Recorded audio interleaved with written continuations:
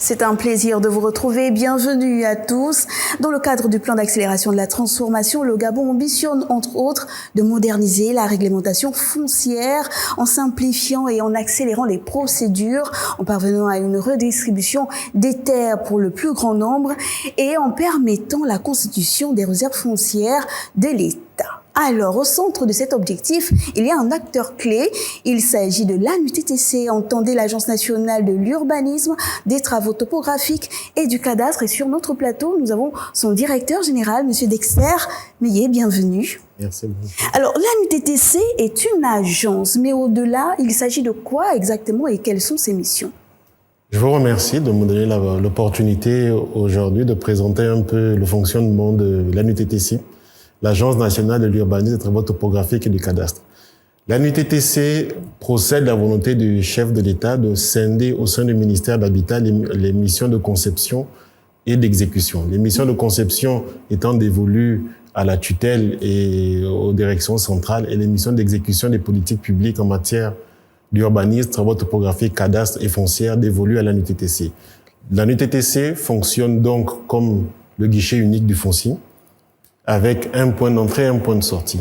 Et entre les deux, toutes les étapes qu'on appelle les actes préparatoires à l'établissement de l'acte qui permet de la sortie du bien du domaine privé de l'État sont établis au sein de l'ANUTTC. Donc, c'est un organe établi, dans le jargon, on dit organe de gestion, qui est là pour faciliter l'établissement des titres et aussi pour la production des terrains constructibles pour le compte de l'État, des collectivités et des tiers. Et de façon simple, comment fonctionne cette agence en matière d'acquisition de terrain? Comment ça marche? En fait, il faut au préalable rappeler la norme.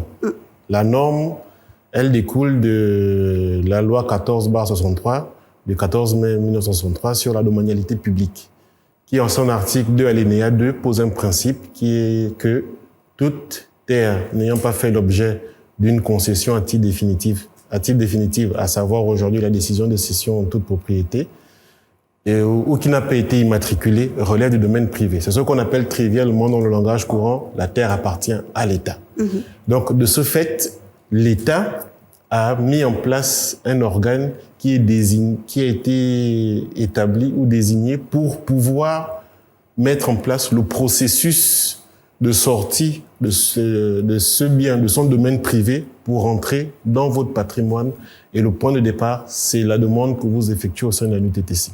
Donc, à quel moment je me rends à l'ANUTTC? Quand j'ai déjà acheté le terrain au quartier? Non, c'est justement ça l'objectif aussi, le but de ma présence, c'est de pouvoir sensibiliser. C'est de rappeler, comme je l'ai dit, que la terre, comme on le dit trivialement, appartient à l'État. Donc, ce qui veut dire que les soi-disant, dans le langage courant, terrains familiaux, ancestraux, n'existent pas dans notre perception du droit tel qu'il est aujourd'hui, tel que voulu par le constituant et le gouvernement gabonais.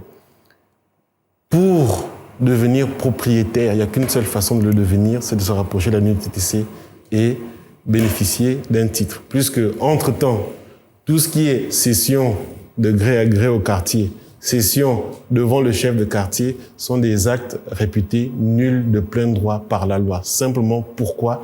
Parce que celui qui vous cède n'est pas propriétaire. Pour être propriétaire, il faut avoir un titre. Et pour avoir un titre, il faut venir à l'ANUTTC pour qu'on vous le délivre. Donc, tous ceux qui ne sont dans ce cas de figure-là ne sont pas des propriétaires. C'est pour ça qu'ils viennent, malgré le fait qu'ils aient établi certains actes, comme on le dit, au quartier, ils reviennent vers l'État, donc via l'ANUTTC pour maintenant devenir pleinement propriétaire. Donc la meilleure des démarches, c'est de se rapprocher de l'ANUTTC, pour pouvoir avoir le statut de son terrain, parce qu'il peut s'avérer que celui qui vous vend le bien au quartier, ce terrain-là fasse déjà l'objet d'un titre foncier.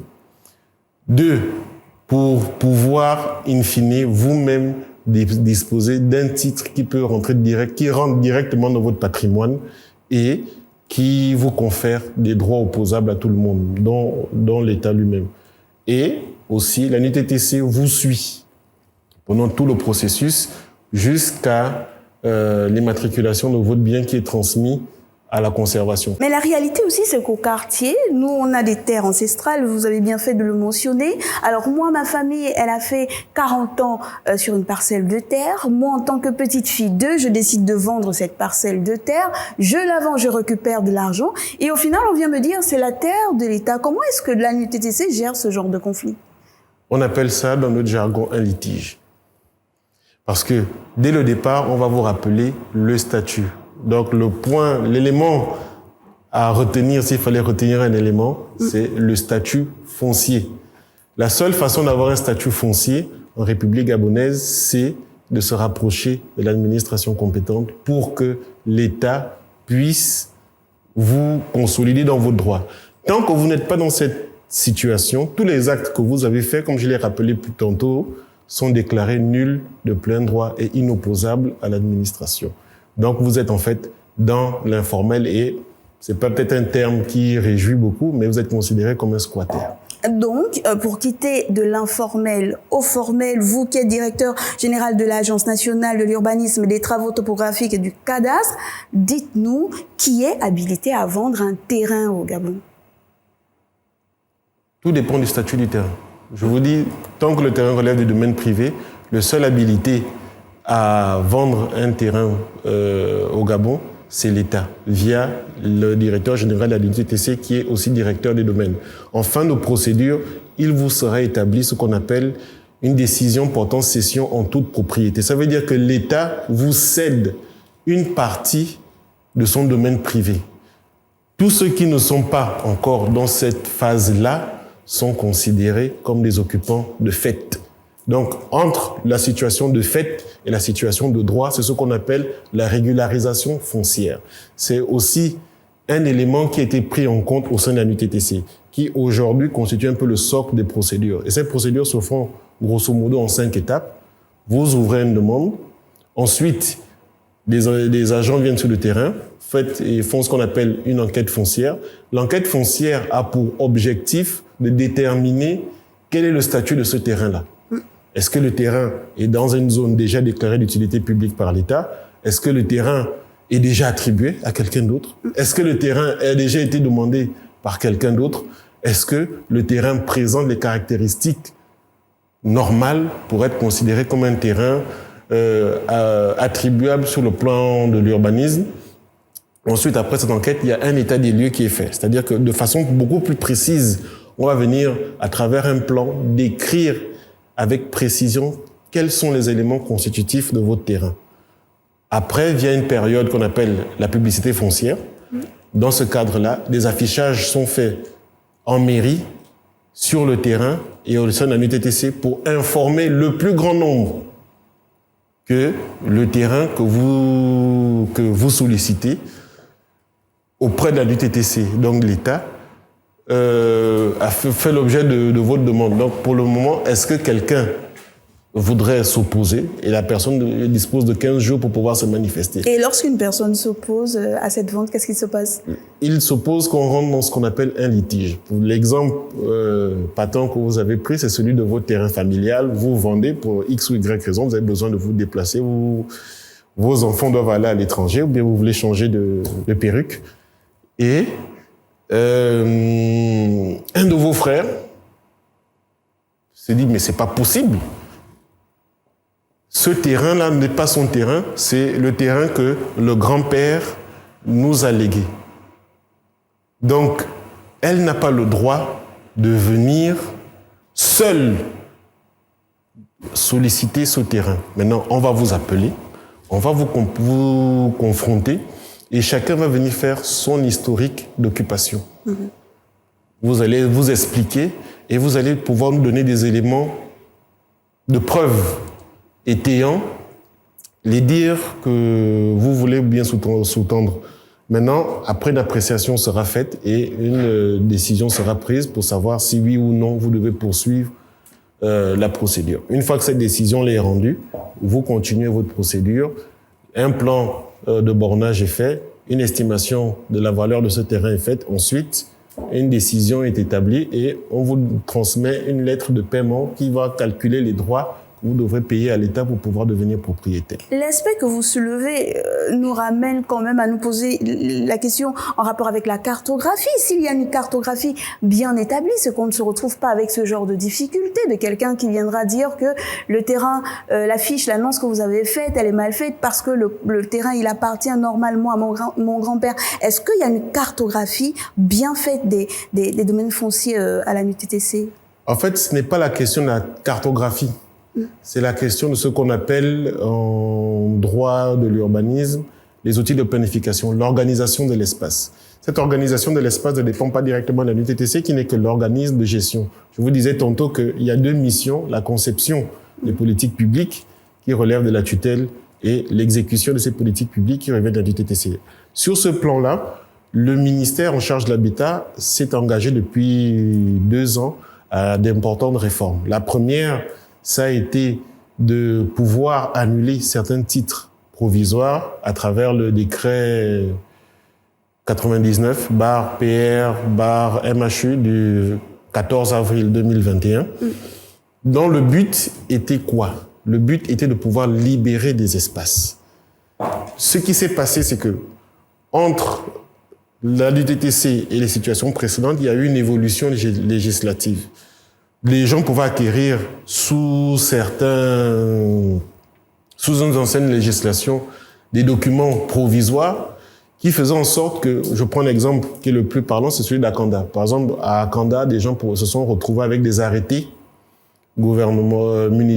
préfectoraux de près de 20, 10, 40 hectares. Cette zone était rurale jusqu'à les années 2000, où le ministère en charge de l'habitat a développé un programme qui s'appelle la ZAC, la zone d'aménagement concerté d'Angonji. Et par la suite, avec le redécoupage administratif, cette zone est devenue urbaine. Le problème qui se pose dans ce genre de situation-là, c'est qu'on se retrouve avec une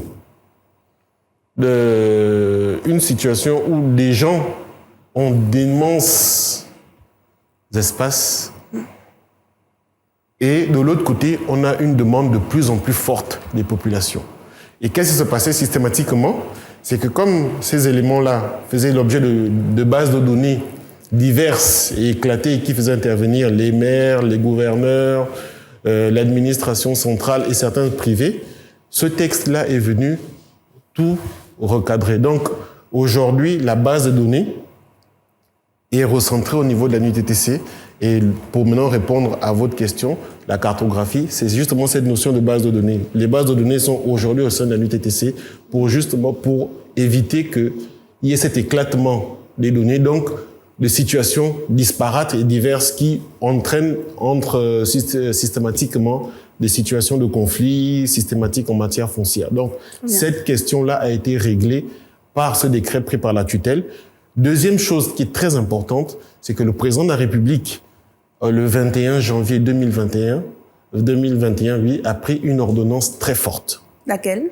C'est l'ordonnance numéro 004 instituant l'obligation de mise en valeur des concessions d'aménagement et de construction d'immeubles en République gabonaise. Le constat qui avait été fait, c'était que lorsque la mise en œuvre de la politique de 35 000 logements avait été mise en place, l'État, pour aller un peu plus vite, via la NUTTC, tout ce qui avait été mis en place, parce qu'il y avait un régime spécifique mis pour les aménageurs, il y avait la NUTTC qui devait faciliter les procédures. L'État a facilité aux aménageurs privés la possibilité d'avoir de grands espaces pour pouvoir les aménager et les rétrocéder après aux populations. Le constat fait, c'est que entre cette période et maintenant, aucun aménagement n'est sorti de terre, si ce n'est les aménagements développés par les institutionnels publics comme la CDC ou la SNI. En termes d'aménageurs privés, personne ne sait, ou quasiment personne n'a pu soutenir ce programme-là. Et beaucoup se sont livrés plutôt à de la spéculation. Pour lutter contre ces dérives, le président de la République a pris une mesure forte, qui est ce texte-là, et qui a permis à l'État de récupérer à peu près, on va dire, près de 500 hectares déjà sur ces espaces-là. Mais la mission de la NUTTC, étant de trouver des solutions permettant aux Gabonais d'accéder, comme vous venez de le dire, à la propriété telle que souhaitée par les plus hautes autorités du pays. Quel est le bilan que vous pouvez dresser à ce jour? Le bilan, il est simple. De 2012 à aujourd'hui, la NUTTC est passée en 2012, lors de son lancement, à près de 300 titres créés par année. Aujourd'hui, à près de 1600 titres créés par année. Donc, chaque année, il y a près de 1600 Gabonais qui accèdent à la propriété. C'est pas mal, puisque c'est la première fois que, dans l'histoire de notre jeune République, on a autant de personnes qui accèdent à la propriété, mais c'est pas suffisant. Le président de la République lui-même l'a toujours répété, ce n'est pas suffisant. Pour pouvoir booster cette production, un programme a été mis en place dans le cadre du plan d'accélération de la transformation 2021-2023. Ce programme repose sur une stratégie de réforme foncière. Qu'est-ce qui va changer par rapport à l'existant? Ce qui va changer, c'est qu'aujourd'hui, la NUTTC est en train de se doter en outils technologiques de dernière génération pour pouvoir avoir un traitement beaucoup plus rapide des dossiers. Ce qui va aussi s'améliorer, c'est que l'usager va avoir la possibilité de suivre directement de chez lui l'évolution de son dossier. Comment? Via une application qui s'appelle MyNUTTC, qui va être mise en place au courant de ce mois ou plus tard, au début du mois de septembre, qui va lui permettre dorénavant, plutôt que de se faire les allers-retours systématiquement, de se déplacer, de rester chez lui et d'être informé en temps et en heure de l'évolution de son dossier. Il ne viendra que pour s'acquitter de ses droits et toutes les informations dont il avait besoin, savoir à quel niveau se trouve mon dossier, etc., etc., etc., il l'aura directement via cette application. Ce qui est déjà une petite avancée à notre niveau parce que ça va permettre d'interagir. L'administration va devoir faire son travail et le faire bien. Et l'usager va devenir de plus en plus actif. À lui, pour que les choses aillent plus vite, de participer. Parce que la NUTTC est un établissement public à caractère industriel et commercial. Bien sûr, ces prestations sont facturées, mais à des tarifs raisonnables pour la plupart des Gabonais. Donc, vous faites bien, Monsieur Dexter Meillet, de souligner ces avancées-là, parce que d'après nos enquêtes, les enquêtes de Gabon 24, on sait quand même que plus de 50 000 dossiers sont en instance de traitement dans vos services. Qu'est-ce qui explique cet état des choses? En fait, il faut expliquer. Vous savez, c'est le président Chirac qui disait que des chiffres, on peut leur dire une chose et leur contraire. Il faut expliquer ce que c'est 50 000 dossiers. 50 000 dossiers, c'est l'ensemble des dossiers existants au sein de la NUTTC entre sa création et aujourd'hui. Je vous disais tantôt que on est en train de se doter d'un logiciel beaucoup plus intelligent que celui qu'on avait jusqu'à présent, parce que dans ces 50 000 dossiers, c'est un fourre-tout. Il y a des dossiers déjà traités, il y a des dossiers en instance, il y a des dossiers en rejet, il y a des doublons, il y a des dossiers où les gens nous-mêmes nous saisissent pour dire non, on abandonne. Donc, ce travail, en plus de l'amélioration du traitement de dossiers, est en train de se faire. Je pense que d'ici la fin de la semaine prochaine, on aura l'état des lieux exacts de ces dossiers-là. Ce qui va nous permettre quoi? Ce qui va nous permettre de mettre en place la stratégie adaptée pour pouvoir maintenant progressivement traiter avec diligence l'ensemble de ces dossiers. Je rappelle que dans le cadre de cette réforme, la NUTTC est en train de se doter de nouveaux outils. Je parlais notamment de ce logiciel-là, de nouveaux outils topographiques qui vont permettre de traiter en temps réel les dossiers. C'est-à-dire qu'on aura la faculté, les agents auront la faculté d'aller sur le terrain lorsqu'ils feront un levé de façon presque instantanée au niveau de la base. Cette information va déjà être répercutée au niveau de la NUTTC. Donc, ce qui va permettre d'éviter le déplacement, les va-et-vient incessants. Et le pari fait, c'est de se dire que sur le plan technologique, on va pouvoir résorber ce... Est-ce que cette belle organisation ne concerne que le Grand Libreville, disons la province de l'Estuaire? Est-ce qu'il est prévu un déploiement de l'agence à l'intérieur du pays? Il est prévu un peu de déploiement de l'agence à l'intérieur du pays qui va se faire de façon progressive parce que le véritable défi qu'il y a, parce que vous avez dit il y a près de 50 000, mais il y a près de 60 000 dossiers aujourd'hui, vu les nouvelles demandes qui sont venues. Mais ça, c'est uniquement en termes de demandes. Le véritable challenge, c'est de dire que vous avez 60 000 dossiers sur une population on va dire, du Grand Libreville qui avoisine le million d'habitants, ou les 900, ou les millions, entre 900 et 1 million d'habitants, mais un peu plus, 950 habitants. En 2035, selon les chiffres des experts, la population de Libreville va passer à 1,5 million d'habitants. Donc, si vous avez 900 000 personnes qui vivent sur un espace et que vous n'avez que 50 000 qui veulent devenir propriétaires, il y a un gap.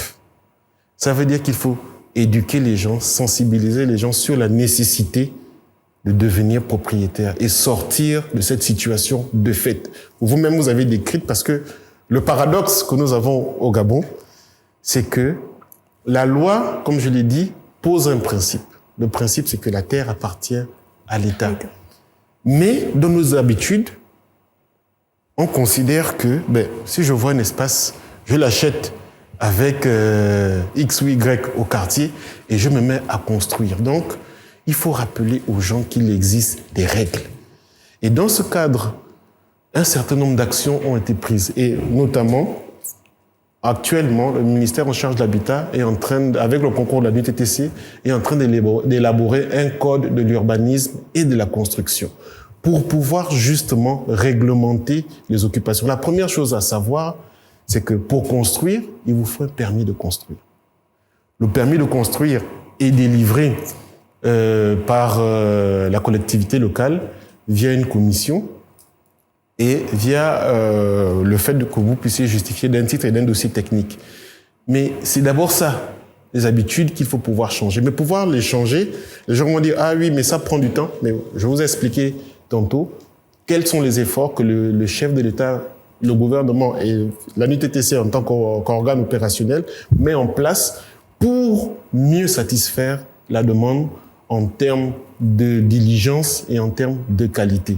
Donc, cette nécessité de réconcilier le Gabonais avec la norme devient un impératif. On a commencé à mettre en place des spots pour rappeler aux gens comment devenir propriétaire.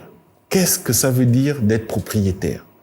Malheureusement, comme je vous disais, culturellement, c'est cette habitude qu'il y a. Donc, il va falloir progressivement habituer les Gabonais à se conformer à la norme, à la règle. Et c'est le défi que la NUTTC va pouvoir relever dans les prochaines années. Et elle le fait déjà en permettant, en plus de la régularisation foncière, lorsque vous avez, comme l'exemple que je vous ai pris, lorsque vous avez un terrain, de venir auprès d'elle pour régulariser, de proposer ce qu'on appelle des attributions foncières. Parce que lors de la régularisation foncière, c'est une procédure qui est déclarative. C'est vous qui venez vers l'administration pour dire « J'occupe un espace du territoire national, je voudrais que cet espace-là m'appartienne ». Avec tout ce que ça peut comporter comme alinéa, vous avez pris l'exemple, si l'espace était considéré comme familial, vous imaginez toute la bataille que ça va générer au sein de la famille. Donc, c'est vraiment parlant l'exemple que vous avez pris pour souligner l'importance de partir de l'informel au formel. Le formel. Et puis, il y a une question assez intéressante quand même, parce que c'est deux sociétés ou deux agences qui se ressemblent un tout petit peu. Quelle est la collaboration? Est-ce qu'il existe une collaboration établie entre la NUTTC et la SNI? Oui, parce que en termes de mission, la SNI est l'opérateur de l'État pour la construction de logements et même la production de parcelles. La NUTTC fournit l'assiette foncière, que ce soit pour la SNI, que ce soit pour un autre opérateur. Donc, voilà comment se font les relations. Les relations vont jusqu'à dans certains projets où la NUTTC collabore avec la SNI pour la mise en place, par exemple, d'un projet d'aménagement, etc. Aujourd'hui, le Gabon est lancé sur la voie de la diversification de l'économie, de la relance de l'économie. On sort d'une situation de crise. On veut mettre en place concrètement le PAT. La NUTTC a un rôle essentiel à jouer. Dites-nous quels sont les défis à venir de votre agence. Les défis à venir de notre agence, c'est d'un côté augmenter la production de titres pour atteindre un chiffre symbolique de 5000 titres par année. Mais c'est surtout garantir que ces titres-là établis ne puissent pas être contestés. Ça, c'est d'une part. Et sur ce plan-là, il y a tout le mécanisme qui est mis en place pour pouvoir augmenter quantitativement et qualitativement la production, mais aussi maintenant de nouvelles options qui ont été déjà mises en place et qui vont se poursuivre. C'est lesquelles au niveau de la zone nord d'Angondjé, la NUTTC dispose d'un titre foncier, le 22 700, de près de 57 hectares, qui est aujourd'hui entièrement squatté à près de 80% par les populations, en dépit du statut du titre. D'où la nécessité de venir, avant de construire, de venir se... Mais l'option qui a été retenue, c'était de maintenir et d'intégrer les populations. En contrepartie, un New Deal a été proposé. On vous maintient, on ne vous touche pas. Par contre, on va réorganiser l'occupation à l'intérieur. C'est-à-dire que la volonté du chef de l'État, c'est d'arriver à un urbanisme, une organisation spatiale urbaine, je voudrais dire harmonieuse, comme on peut le voir ailleurs, avec des voies tracées, etc., etc., etc. Donc, dans ce cas de figure-là, un projet d'aménagement a été posé et il a été dit aux gens, bon, voilà, vous qui pensiez occuper 5000 mètres carrés, mais en réalité, on va vous maintenir, mais maintenant sur les 1000 mètres carrés. Maintenant, souffrez que, parce qu'on ne va pas vous casser et qu'on vous maintienne, le reste, on va l'organiser pour que d'autres Gabonais puissent bénéficier aussi de cette mesure-là en devenant directement propriétaire. Très bien. Donc, cette approche-là va un peu plus souvent être développée pour permettre deux choses, organiser les espaces et permettre aux gens de devenir propriétaires rapidement. Merci beaucoup à vous, Monsieur Dexter Meillet. Je rappelle que vous êtes le directeur général de l'Agence nationale de l'urbanisme et des travaux topographiques et du cadastre, en abrégé à NUTTC. Vous avez répondu à nos questions pour véritablement encourager les Gabonais à quitter l'informel pour le formel dans tout ce qui est acquisition des terres, car on le retient, la terre appartient à l'État. Merci de nous avoir suivis. Restez sur Gabon 24. Je vous dis modestement au revoir.